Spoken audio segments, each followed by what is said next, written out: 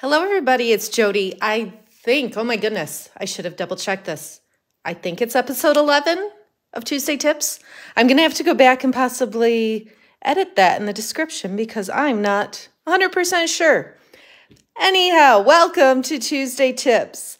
Today, I want to kind of review just really quickly some things I showed you last week and then pull it all together on a card.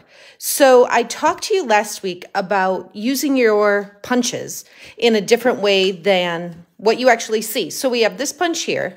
I pop it out and you get that nice piece label to stamp a greeting on, whatever you might want. But what I'm going to do now is take this piece and slide it back in, and I can do this any size I want, right? I'm going to go about here, pop it again, and now look at that adorable little label I have. I used this shape for my greeting right here on this card. But what started as this, you really have a lot of flexibility with to make it the size label that you want it to be. So then I also showed you last week our masks. And so I did some blending with some ink and our blending brush, and I did these. We did the flowers, and then I came back and added the detail flower. So you can see the difference here between just sponging the rich raspberry ink and then going with a little heavier hand to get that detail laid right on top of that. So that's just a quick review. Use your punch in a different way. Use those masks to get some really fun looks. But now I want to talk to you about a trick with ribbon. So this is our white frayed ribbon that's in the new mini catalog. It is 3/4 of an inch. You can obviously see the frayed edges, and I'm hoping you can see there's a little bit of shimmer on the ribbon too.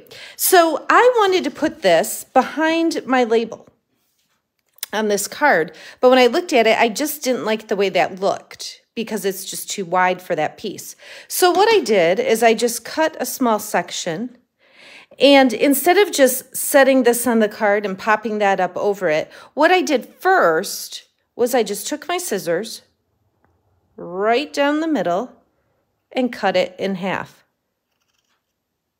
So instead of a 3/4 inch ribbon, we have half of that.